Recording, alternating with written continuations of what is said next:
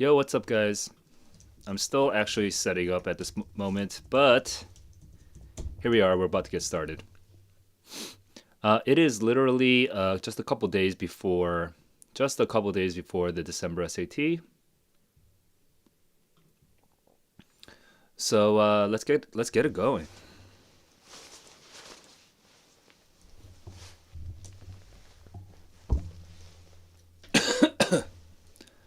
All right. Let's see. So today I am just had kind of like a very distracting morning. I was sort of busy with like a bunch of random stuff this morning, so let me just get into it right now. Um,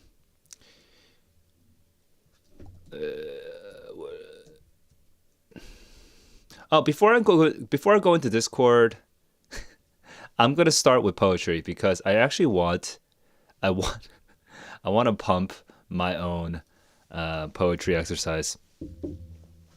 So yesterday, um, I learned about saccades, which are the subconscious eye movements that help our brain process the scene that we're seeing.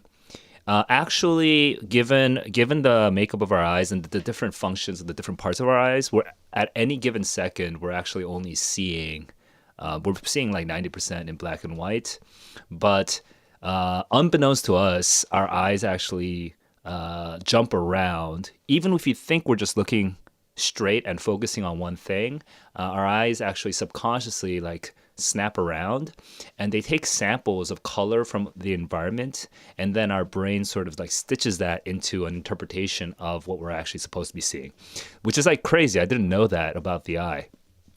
Well, this got me into thinking about how snatches of words, especially famous words, can kind of evoke the entire novel or the entire original source.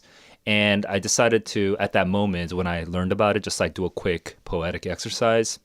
So what I did was I took seven really famous literary allusions. These are the first sentences of seven different novels. I'm not going to say which seven novels, although a couple of them are kind of obvious. I think if you are good literature readers, you will at least recognize like one, maybe two. Okay. Um, there are some really famous novels. The first sentences of these famous novels are very well known. Most of these are extremely well known, and I decided to sort of do like I did like a mashup basically, and then I came up with what I thought was a pretty funny sentence. Or it's not really a sentence grammatically, but it is more or less a sentence. So I'm gonna read it out loud, and I'm gonna invite anyone who discovers this stream to join me in this exercise. Here we go. Saccades. Once upon me unhappy family, mother Ishmael, a moo cow in want, today more or less died in its own way, resting. Okay, and that's my one stanza that I wrote in like like less than 10 minutes. So if you want to sort of fuck around, you've never really done poetry before, but you just want to see what funny thing you can come up with. Go ahead and follow these instructions that I just highlighted on the board on the screen. With that out of the way, let me go into the Discord channel. So, welcome Naren and welcome Only Water J. Good to see you guys. I'm gonna go into the conversations that we had recently in Discord. There were some pretty good comments. I tried to reply to as many as possible in the last couple of days, but I've been a little busy. So there's gonna be a bunch of comments that I'm just seeing for the first time right now, and that'll hopefully get us to some interesting insights for this stream. After that, I'll go to the chat, and if you are asking me things that are off topic right now, I'm not going to answer them right away. I'm going to focus on Discord first. If you are asking me things that are directly related to what I'm talking about, then I will swing around to answering your questions. Okay, so here we go. I I guess before I even go even further, I just recently started tinkering with the Discord a little bit to try to do a quick upgrade, and you should be able to see how. I don't know if you guys remember, but back in the day, there were notifications, ping notification ping roles or ping roles or whatever, right? There were ping roles. It's kind of hard to say that. Ping roles, and I changed the notifications. I changed the roles to focus more on topic area. So now, if you want to join, I've actually deleted all the pre-existing roles. So if you want to sign up for a team, if you want to join a team, there's Team SAT Prep, Team College Apps, Team High School English, Team Writing Contest, Team College Admits, Team College Literature, and Team College Writing. So if you sign up for a particular team, part of that helps me and the server in a very long term way. It allows me to realize, it allows me to know who are the people that are actually joining the server, which means that I will be able to build out more content appropriate to the interests that you guys have. And these are, I think, the main ones. I'm going to guess that SAT prep is like 80%, but I'm thinking like 20% will be like somewhere between college apps and high school English and writing contest. And maybe like less than 1% will be college literature and college writing. But who knows? Maybe you guys are actually, maybe some of you are actually college students and you've always just felt awkward like joining in on the chat because because it seems like I'm just addressing myself to the SAT kids. Well, here's your invitation. Just join the Discord server, sign up for the roles. It gives me an idea of who's actually coming in. I could tailor more content to you that way. The other thing about this is that this could actually potentially, in the very near term future, benefit you directly, especially if you're like Team SAT Prep or Team College Apps, because this will help you quickly identify who's in your team, and that might be a good way to just sort of like figure out um, like do like I don't know peer tutoring or study groups or whatever, right? Or like your peer feedback, stuff like that. So I would recommend that you guys go back to the server, go back to welcome, and sign up for the new rules that are here. I'm gonna make an announcement later on when I tweak this a little bit more. Also, if you have feedback on any roles that you feel like I'm missing, let me know, and if it sounds reasonable, I'll add it to the list. Hey, what's up, Lex? What's up, Aum? But way. Let's go. So we got. Let me see. Oh, I should quickly update streaming live now. Is this the correct link? Let me just double check. Yeah, that's me. That's me talking. Okay, so here we go. Let's see.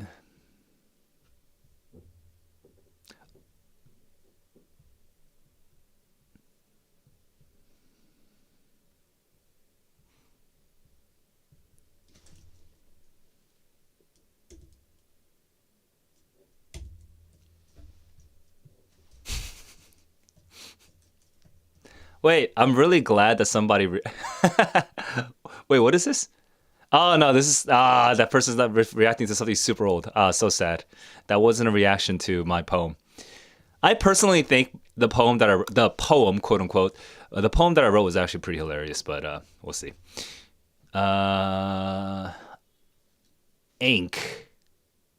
Oh, e-ink, e-ink, e-ink. All right.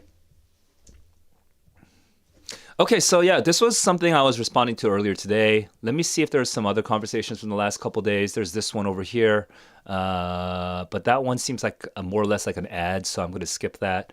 Uh, and then the cons of taking DSAT in March. Um, oh, I didn't actually reply to this. Let me actually quickly answer this.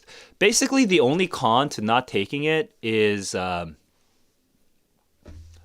wait, the cons? The pros. Wait, there's no cons.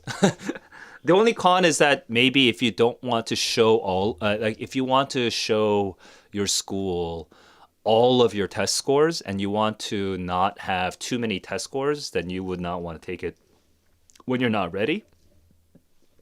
Like back in the day, I didn't even have the option to choose which test scores to send to the universities. We were just forced to send all test scores to the universities, always.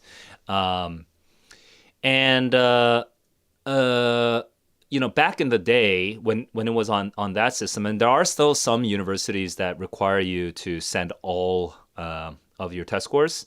Um, the strategic consideration is you don't want to take the test too many times because it's kind of embarrassing to take the test like 8 times, and show just marginal improvement. So that's why we actually tried to reduce the number of times we took the SAT. But in today, this is a different time, different era, and honestly, you can take it as many times as you want, and you can just choose which scores to show. So I think there's really not that many cons. So I'm just gonna quickly write that out first. Swinging back to this because I discovered midstream. Um, Hang on. Yeah.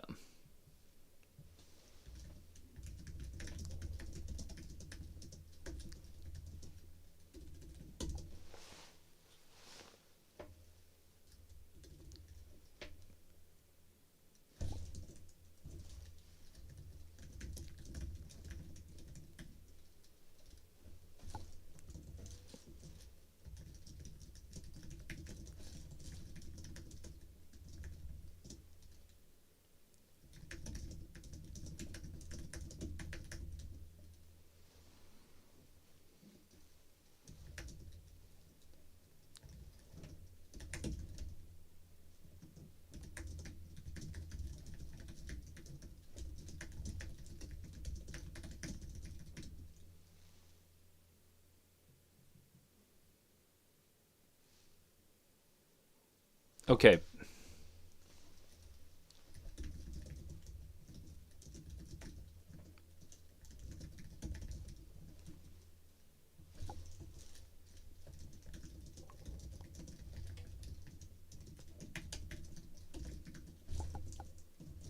Yeah.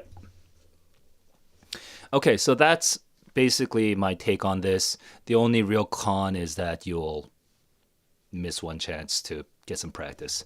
But there's really no other cons because of score choice. Let me see. And then we had this sort of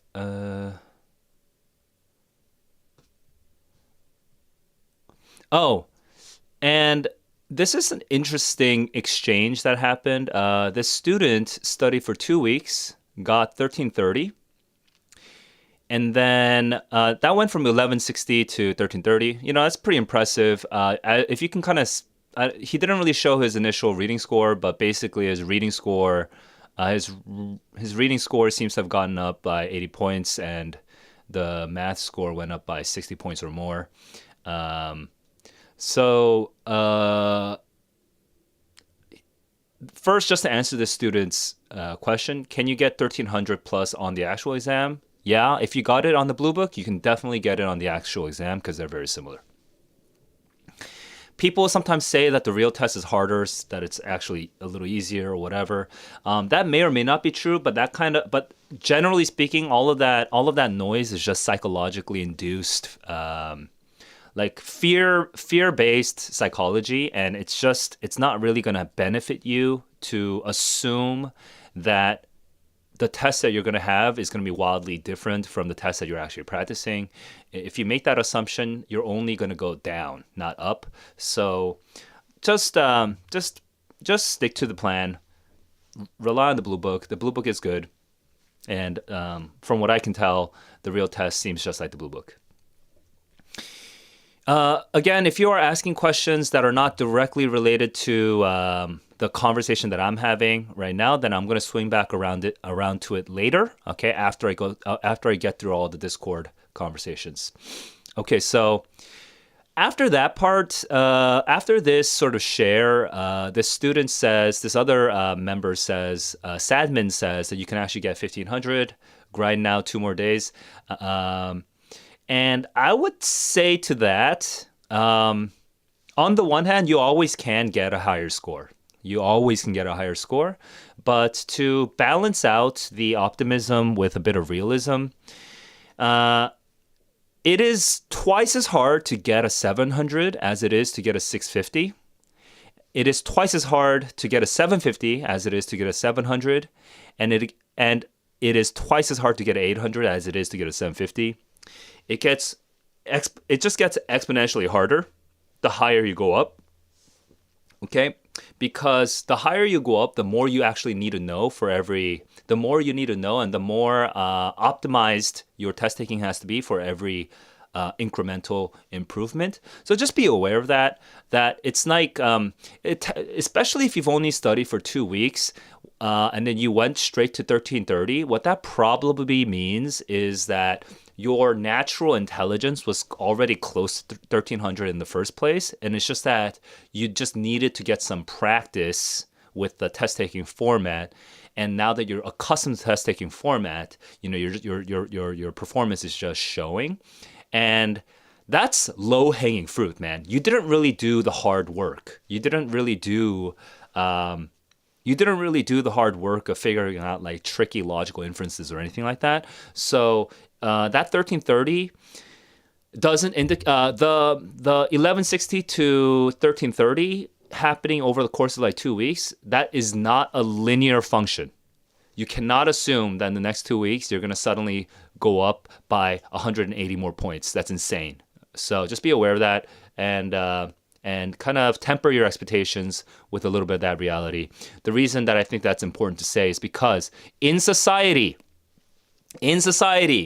it's the optimists, okay?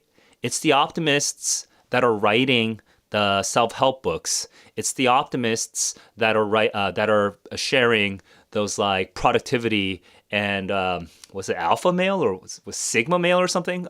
Is it sigma? I think it's sigma. The sigma male TikToks, and it's the optimists who talk the loudest in a classroom or in a given conversation, because it feels good to talk about that stuff. And it's not to say that they're wrong. It's just that oftentimes the actual hard work that goes behind some of these processes and these stories gets kind of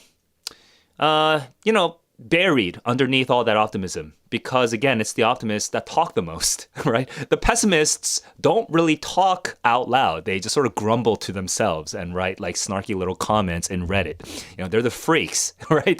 They don't really voice their opinion as much, which is why you don't get a very balanced view on lots of topics, especially in shallow communication channels. Like Reddit is the least shallow of the online communication channels, but like in YouTube comments and Discord channels, they tend to be shallower in terms of in terms of conversational quality. So just be aware. Okay, you can manifest, you can get it. Same time, put the fucking work in. Okay, put the work in. So that's what I'm going to say for now. All right, so that's that for this particular discussion. I'm going to just quickly swing around to see if any of you are asking about anything that I'm directly talking about. Otherwise, I'm going to switch. Seems like these are other topics.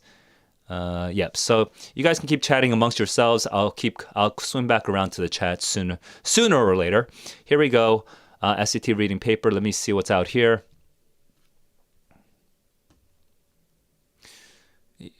My last stream was the 28th, right? 26th? Oh, it was 26th. Okay. This is going to be a longer conversation. Let me just figure this out, though, because I probably should. Oh, Naren. Is this you? Okay, this might be you. Um,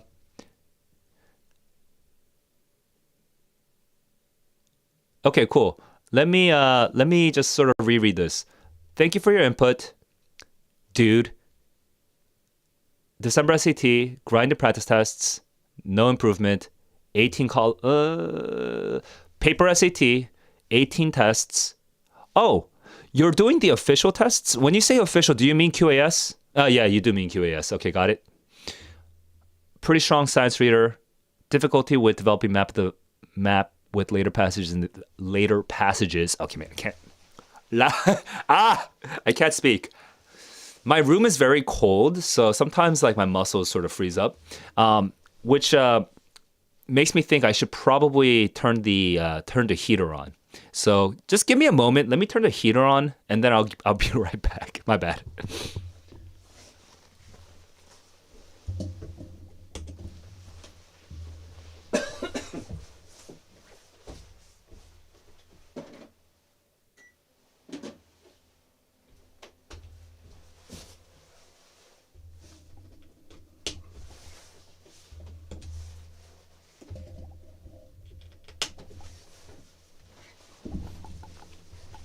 Okay.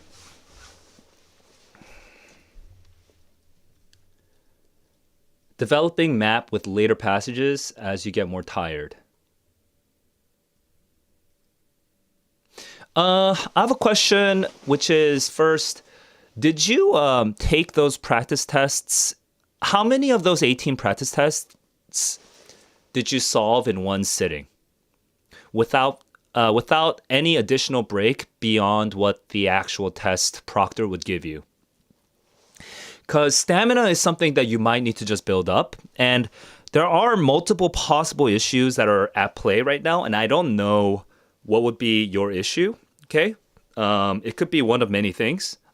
Which is why, for this kind of honestly, once we get to this level of detail with a problem that you have, this is where it really becomes like we kind of need to go into like one-on-one coaching for me to really figure out what's going on.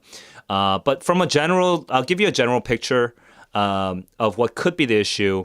The first could just be a physical stamina issue, and physical stamina. Sounds like it's something that you might not be able to fix or do much about in the next couple of days, but actually there are a couple things you can do. Um, it might sound a little like out there, but like learning to control your breath, okay?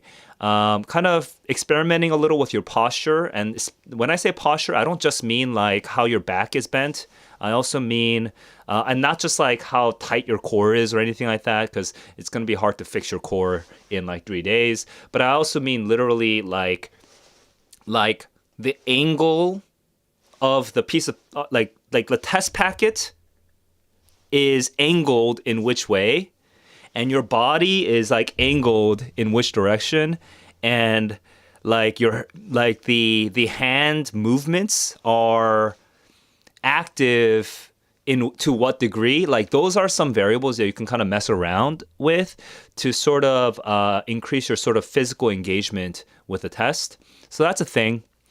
uh Another possible issue here is maybe it could be a sort of emotional regulation. Maybe like the history passage is the actual problem, but you have trouble sort of segregating um, the sort of emotional fallout of like, oh my God, the history passage is so hard. Oh, it was that was so bad, and then you start getting into a cycle of negative self-talk, and then what happens is then you go into the fifth passage, but you're not really forgetting the fourth passage. Sometimes that happens where there's like bleed over effects where kids are not emotionally regulating very well, and they're not sort of segregating or separating these thoughts from the task at hand. So that could be happening as well. And let me think of a different. There was, I think, one more hypothesis I had about what could be happening. Um, Naren, if I remember correctly, you're pretty good with what's it called? With managing your time and skipping some of the hard questions and coming back around to it later. So that would actually knock out if that's true. I mean, if I actually were to watch you, I might disagree. But if since right now I can't watch you, I just have to take your word for it. If it's true that you actually skip the hard questions, then you should be able to conserve a lot of emotional energy, right? Because you're skipping the hard questions to come back to them later, and you're making like smart, intentional sacrifices at the right times, then you actually shouldn't be that emotionally spent by the end of the test. You should feel relatively lightweight, lighthearted, I mean, lighthearted. And that should not affect your stamina too much at the end. So just based off of what you wrote, those are three hypotheses I had. The third one, though, would be negated by what you said earlier in the conversation. So then maybe it's one of the other two hypotheses that are standing that may be closer to the truth. Now, there's a test that you finished up today. You marked out your corrections. I'll look at it. I don't know.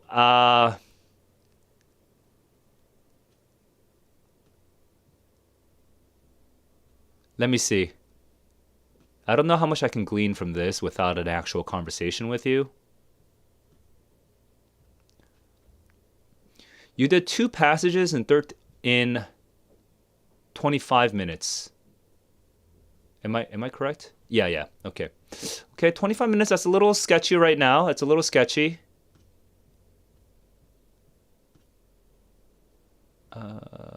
What happened there?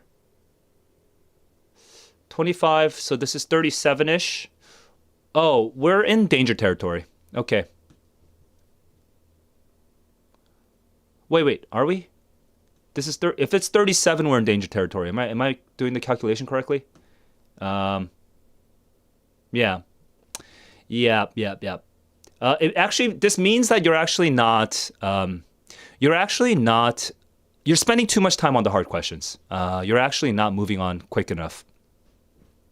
Yeah, because now you're gonna start rushing. Like everything else is just gonna be 12 minutes. 12 minutes on what? Okay, and 15 minutes here. Oh, actually, that seems kind of. Without having, because I need to, yeah, I can't really tailor my feedback right now because I have to remember these passages. But if I only look at the numbers right now, I would just say this seems like a sort of unusual test because the history passage isn't. Which history passage is this? Let me remind myself. It's not history. This is social science. Yeah. So this is sort of a atypical formatted test, which kind of messes my sort of calculations up a little bit as far as the timing goes. But it seems like if you did 37 minutes and then this is 49 minutes, and then this is 64 minutes. Oh, yeah. Now your time is still, yeah, 64 minutes. Oh, you wrote this comment. I just saw it. 64 minutes is not. It means that you are actually spending too much of your time and energy, time and emotional energy, on some hard questions up front. It means that you are spending. I know that 1 minute is actually better than the average student. Like having 1 minute left over is better than nothing. Okay. But I would say you should actually aim to have like closer to 5 minutes. That means that there's probably two questions ish, maybe three questions is that you probably didn't need to spend that much time on, that you could have just like moved on from, and it would have saved you not just the time. Of course, it'll save you time. It'll save you some of that emotional energy so that you can keep some fuel in your tank until the end. Okay, so that would be my general takeaway there, which means that this is actually goes back to my third hypothesis. Like I said earlier, I may actually disagree with your characterization that you are managing your time well by moving on from the hard questions. From a quick glance, it looks like that hypothesis has more credence now, okay? That was a very quick glance, so don't take what I just said as the word of God. I am not God. But just be aware, it's that third hypothesis. I personally have not knocked that third hypothesis out. You may still be being too clingy with some of the hard questions, like question 13, question 24, or whatever. You're sort of like begging yourself to get the right answer, or begging the questions to produce the right answer for you, even though your confidence is not going any higher, and you're spending way too much time and emotional energy on those questions, which is harming your overall timing, your overall pacing, I mean, and your stamina by the end. That is my third hypothesis, and I think it still holds up. All right, moving on. I'm going to just double check to see if there's any questions that are directly related. No, I don't see any questions that are directly related, so I'm going to move on.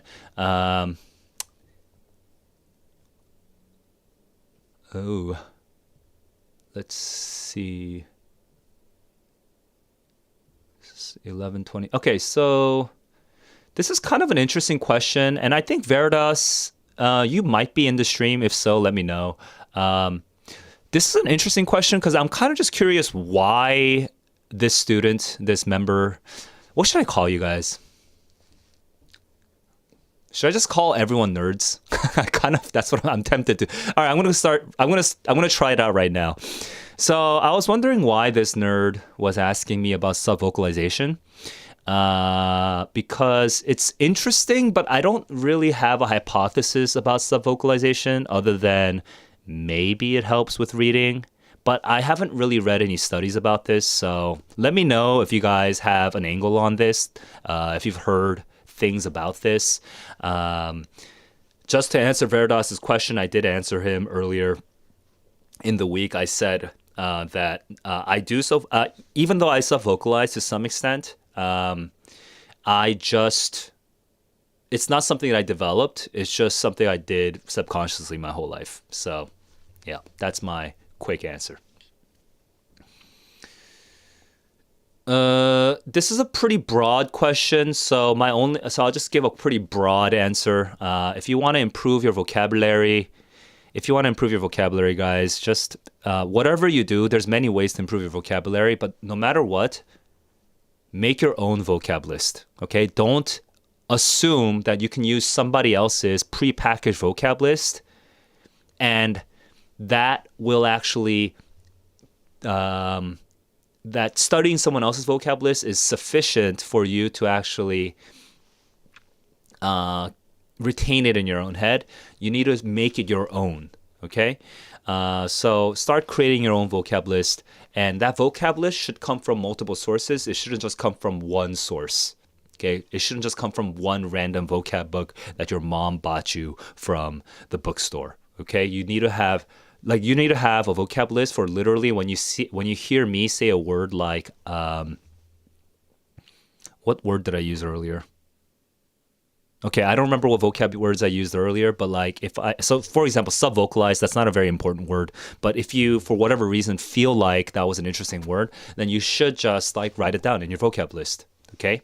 So your vocab list should not be this really heavy, really slow loading, really complicated thing. It should be really fast so that you can jot it down instantaneously. Okay, have your own vocab list. All right, moving on.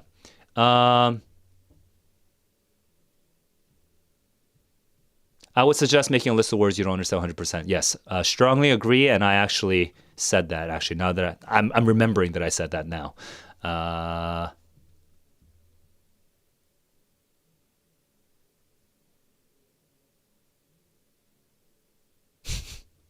I'm just gonna skip this conversation. I feel like that's like a commercial play. Somebody's trying to get ad space here. What should be the answer for this? I can't see it when I click on answer. Oh, did I mess this up? I might have messed this one up. All right, let me answer this real quick. It's B. So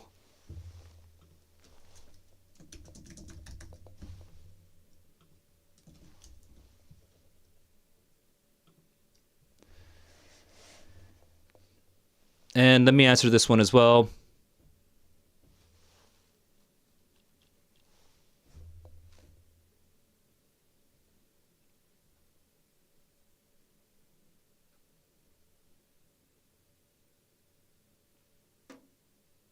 Is it the better survey methods? Let me just double check. Weaken the researcher's claim. I don't remember this one right now. Where's the researcher's claim? Claim there are 4,000 living in the wild in 2016, an increase from 3,200. Okay. But they are elusive and they are hard to reach and they are tiny and scattered. Okay.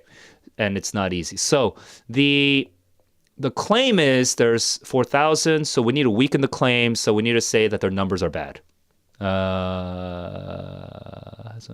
Okay, focusing on countries is unnecessary.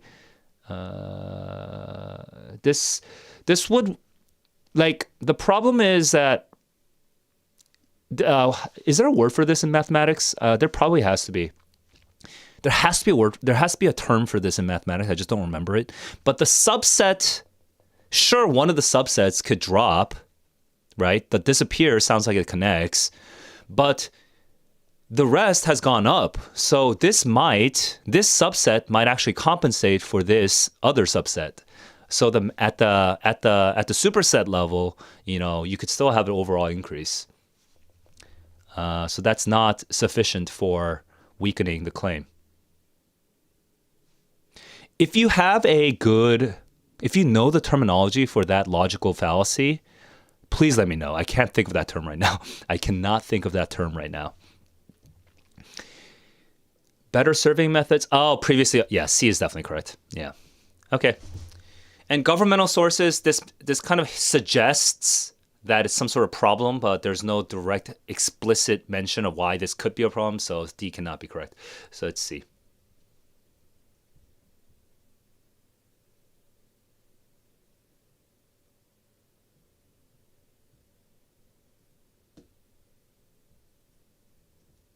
Okay, the claim is there are at least 3,890,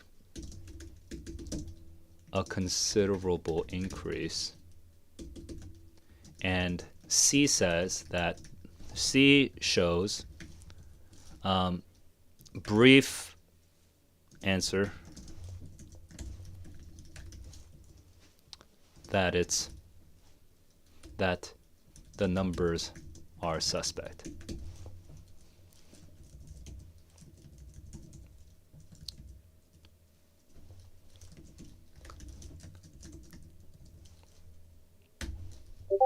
If that may still not make sense. If so, please ask.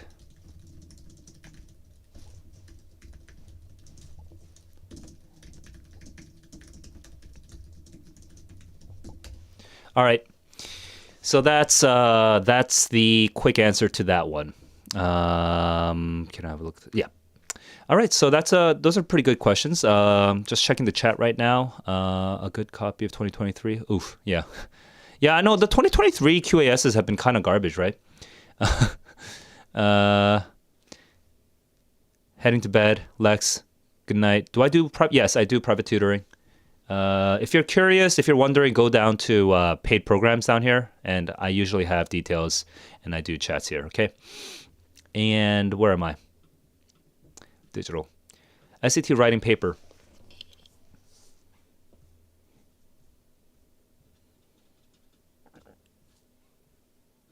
Ooh, okay, let's do this real quick. 28A. Do I remember this? Oh yeah, this one's a tough one, right? This passage is tough. I love this passage because this passage actually requires real reading. You need to actually read.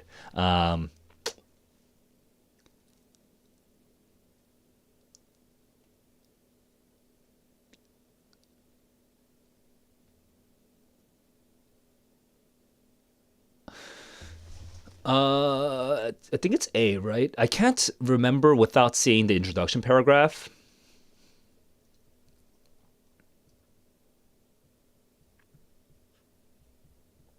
Oh, here it is. Okay. So, why can't I zoom? All right, here we go.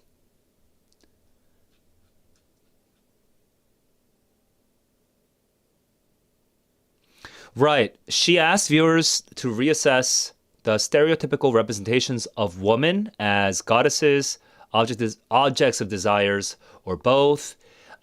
She is trying to undermine these stereotypes with her clever use of number one, abstractions, and number two, visual illusions. Okay. And then this is the first paragraph, which begins with abstractions. This abstraction is the abstraction of having no head and creating the illusion that they are intangible is the connection to abstraction.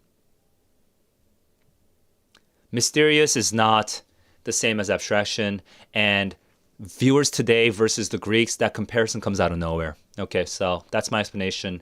If you guys have had... Oh.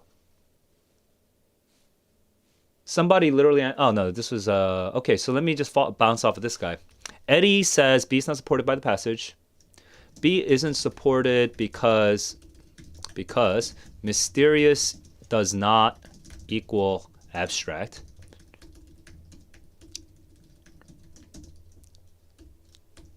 Especially, look up the term abstract in context of art. It's totally different from mysterious. And then also B creates a comparison between today viewers, between past and present, that comes out of nowhere.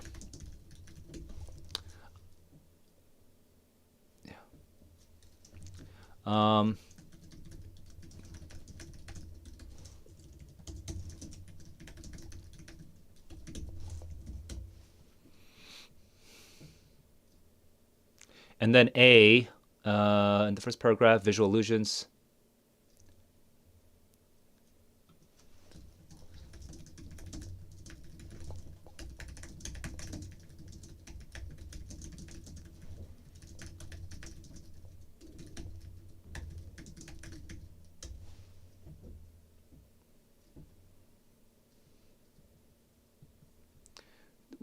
Who was the person who asked? Pinto. Okay, so that's Pinto. Okay, so that's that question. Let's move on to the next. Dude, I feel like I'm getting ad spammed here, but I'm gonna treat this as a real question.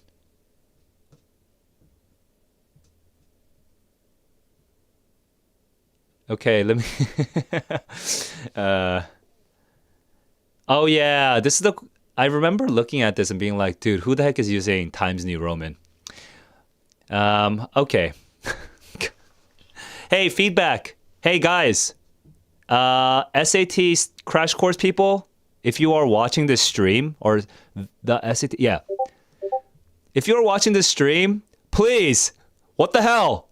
Don't use Times New Roman, okay? Don't use it. It looks bad. All right, now, that out of the way. Let's look at this question. Emphasize the aim of the research study. And it says literally A, aimed, found evidence. D is correct. Huh? Is that correct? Wait. No, is A the correct answer or D the correct answer? Found evidence is not the aim, so it has to be A. Okay. Oh, so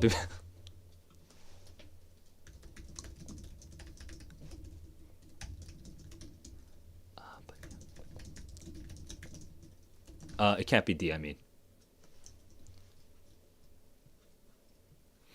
All right, and I'm not gonna go back up to the new chats that have just come in. Okay, I'm not coming back up because you guys have been waiting in the chats in the YouTube chat for quite a while. So let me just get through the rest of this and see if there's anything I missed.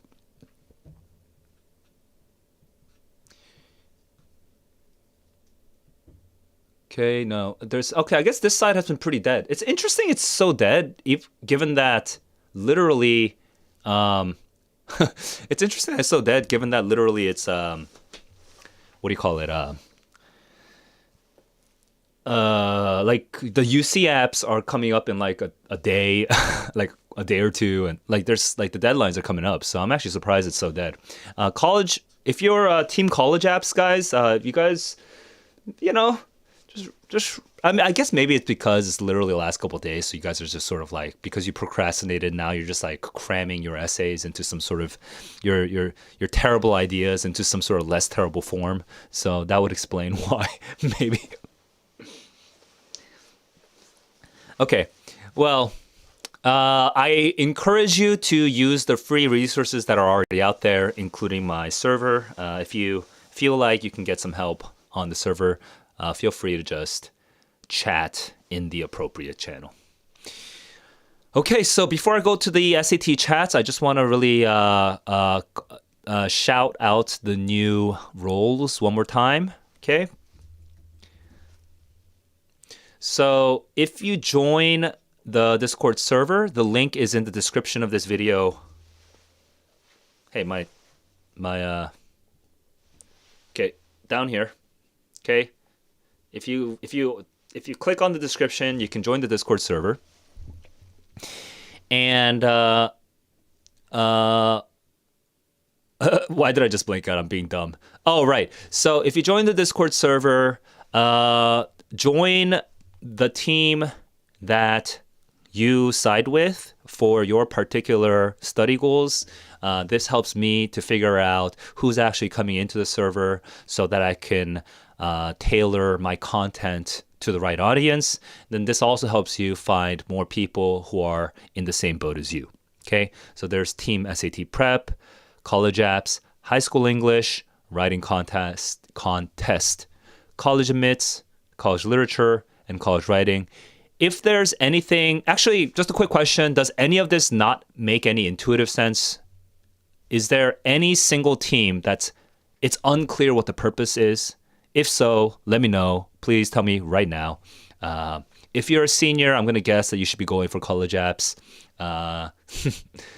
Oh, wait, that's connected to a different question. But let me know if there's anything that's unclear in these team names. Okay? And join the Discord server. Sign up for the right role. Okay, so that's it for Discord. Okay, YouTube chat time. I'm gonna just focus on the chat that I can actually see in front of me. So if you asked the question earlier but I didn't answer, just copy and paste it back, and I'll get to it when I see it. I'm trying to figure out what's like the right balance of like talking about whatever you guys are typing in the chat versus going through a preset program. And today my experiment is gonna be just seeing the thing at the bottom of the chat and just responding to that. Okay, so that's what I'm going to do today. So am I going to go back to Discord today? Yes, I will be going back to Discord. Well, I mean, not a lot, but I'm always in Discord. But I don't do super long explanations on Discord. I do the long explanations on YouTube. Amorphous, good to see you again. You're going to take the digital SAT because of APs. How different is it? What changed? Is it worth prepping for? And you're a senior? Wait, how are you a senior and you're going to take the digital SAT? Because when are you going to apply to college? That, for me, makes no sense. But just to answer some of the other questions, how different? It's very different because it doesn't really require a lot of reading comprehension skills anymore. What's changed? Honestly, for me to show you what's changed, for me to verbally describe to you what changed, versus for you to just like look at a visual on like YouTube or on the internet, like it would just take me so much more time to verbally explain what changed. So I'll just give you a big overview. The big overview is, hey, it's question for question. If you just compare the difficulty of the questions, the digital SAT has easier questions. However, because the digital SAT has easier questions, on the English side of things, the verbal side of things, the math actually is a little harder. But because the English has easier questions, the English curve is more fucked up. Why is it more fucked up? Well, because even if the questions are easier, I still need to differentiate between the 0.03% who gets the 800s, the 0.1% who gets like the 790s, right? The top 1% that gets like the top 1% that gets like the 770s or something, the top 5% that gets like the 730s, and the top 10% that gets like the 680s, right? I still need to differentiate between them. But if all the questions at the top end are easy, then even people who would normally get a 730 could potentially, by luck, get an 800. And conversely, even people who would normally get like a 780, by luck, just getting one or two questions wrong, they could be dropped down to like a 740. You know, the scale, the curve at the top end of the scale is literally, it's so bad. And so the digital SAT is generally good news for average students, above average students, and well above average students, but it's not good for the 750 plus kids. It's just more of a hassle for 750 plus kids because maybe you'll get lucky and you'll just get your score right away, and then you'll be a happy camper. You know, you have no particular.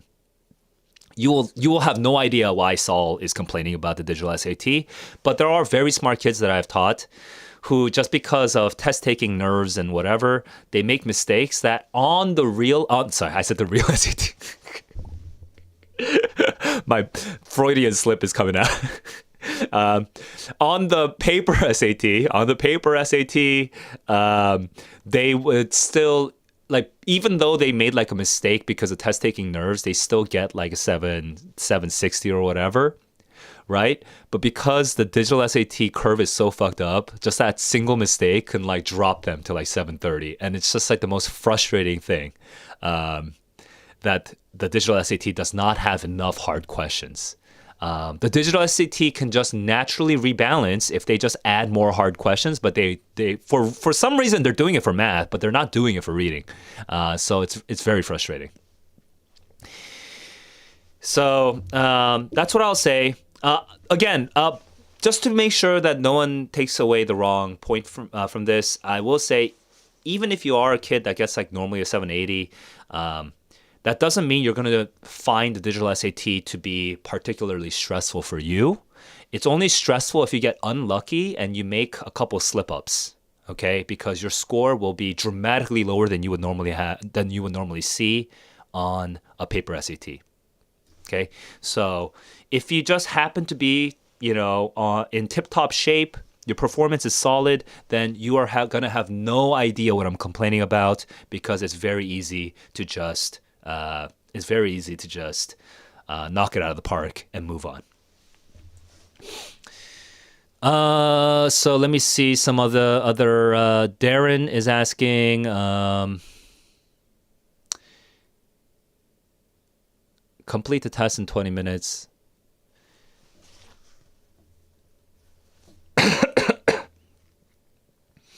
Excuse me. Complete the test in 20 minutes.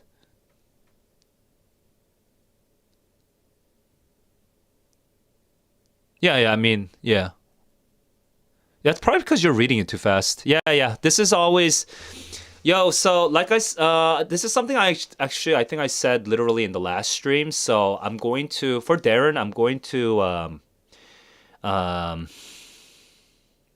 you know what? I'll actually just look for it. Give me a sec.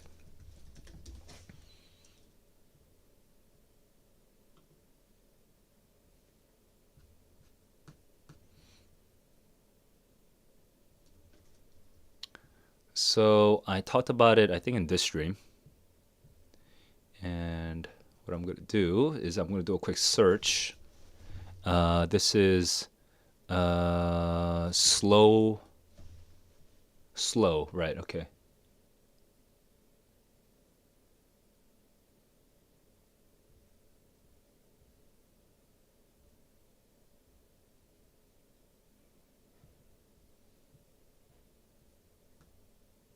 Wait, let me just double check. This is for reading right now, so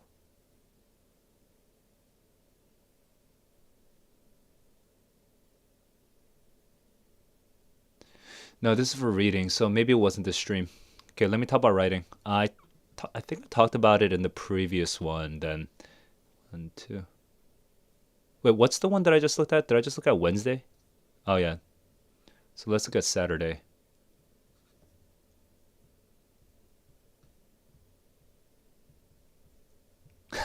Good to see you. Only water again.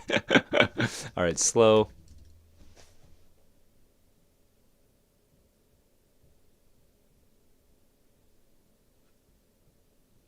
This might be it. Let me just double check. This could be reading too, but let me just double check.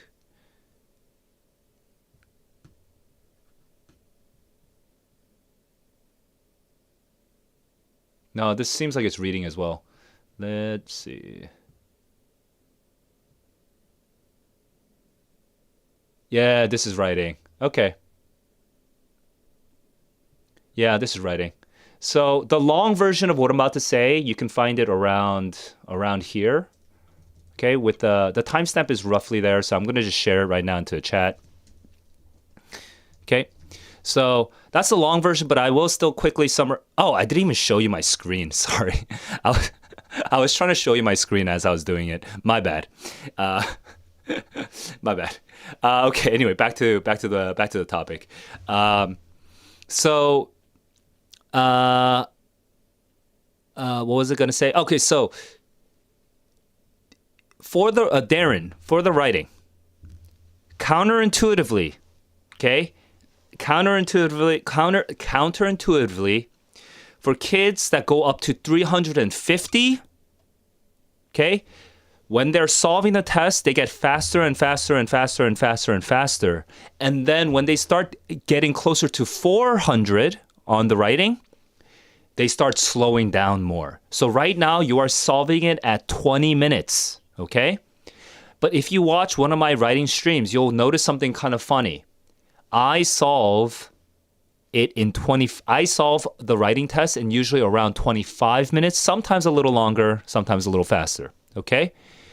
I actually solve slower than you. The reason is because the last couple questions, the last four questions, the reason they're hard is it's not because of your grammar knowledge. It's because you have to be able to build out the logical connections in the reading, in the passage, and you need to treat it more like a reading test than a writing test to get the last four questions right. So you are probably reading way too fast, and you are actually not processing what the passages are actually talking about.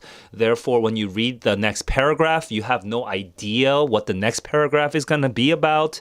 Like you're just sort of like absorbing it in the present without any sort of anticipation for the content that's about to come, with no sort of meta awareness of the general structure of the passage. You're mainly just focusing at the sentence level or like 3 sentence level, and then um, and then so that's why you are finishing it in 20 minutes instead of something like 25 minutes or 28 minutes. So no, I don't literally do the four questions at the end or in one particular batch, because there's no way for me to know which four questions are the ones that require me to read the most.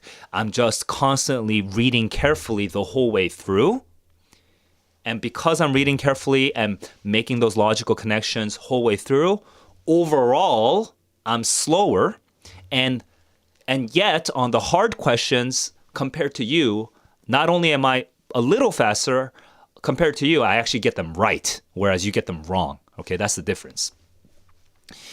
So it is totally worth it to spend 5 extra minutes to read properly, if that means you get 1 more point or 2 more point.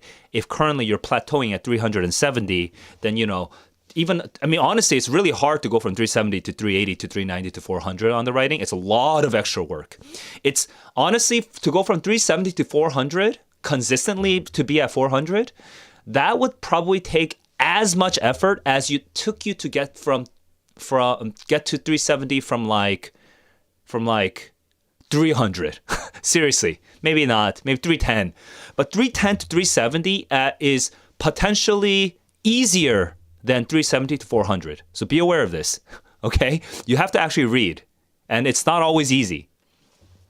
So be aware of that. Gonna move on.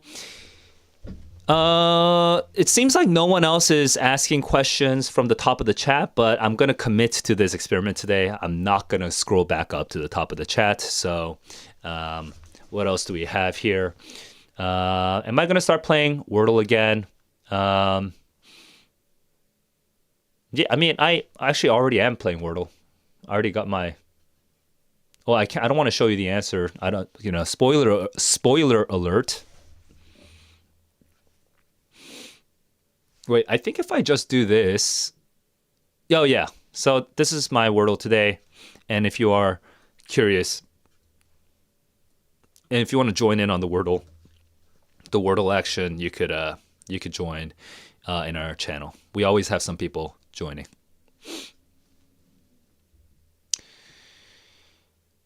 And is money a considerable topic? What? I don't know what that means. Like, isn't that a personal question? Shouldn't you ask your parents that? Like, I don't really understand what that question is. Haroon, good luck on the SAT. What's something I could do for the next 3 days to maximize? Narin, what's something you can do for the next 3 days to maximize your score?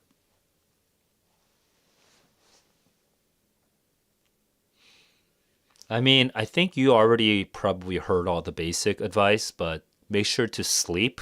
Make sure to keep the same morning ritual for the next 3 days. Don't do anything new in the next 3 days in the morning. If you normally drink coffee, then keep drinking coffee. If you don't drink coffee, don't suddenly drink coffee.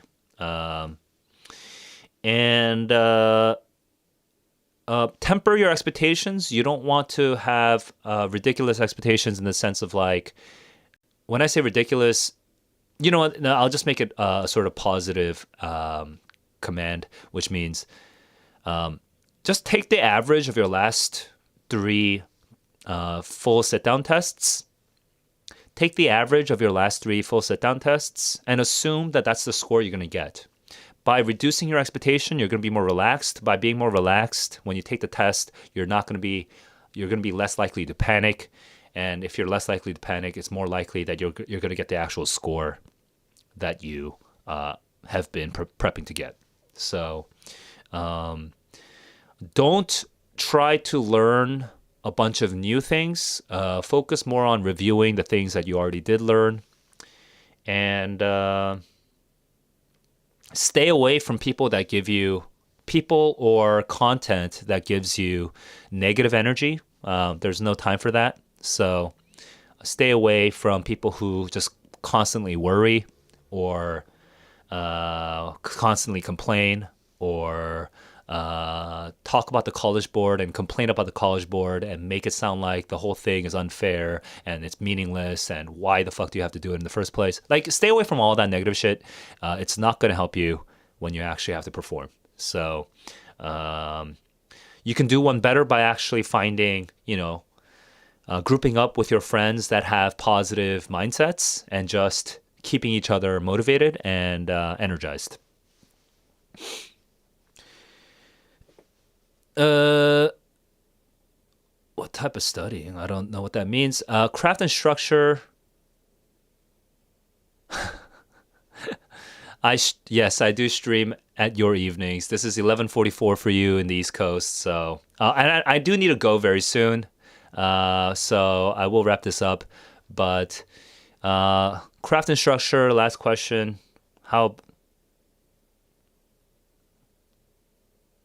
What about it? Like, I don't get it. I don't get the question. Craft and structure, just study.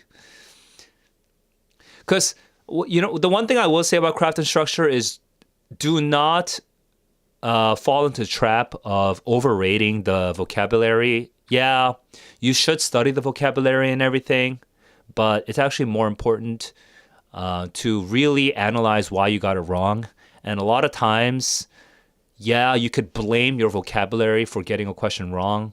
But if you really look into the details, if you really look deeply into that question, you'll realize that there were a bunch of logical clues that if you just piece them together, you would have still been able to get the answer correct, even without knowing some of the words in the answer choices.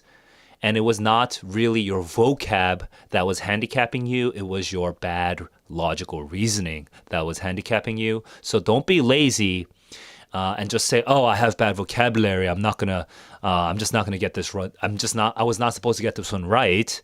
No, plenty of kids have equally bad, quote unquote, bad vocabulary as you, but they still get it correct because they can actually logically reason through all the transitions in the passage, and you're the one that's lazy and blaming your vocabulary instead of your logical reasoning. So make sure to actually figure out why you got that question wrong.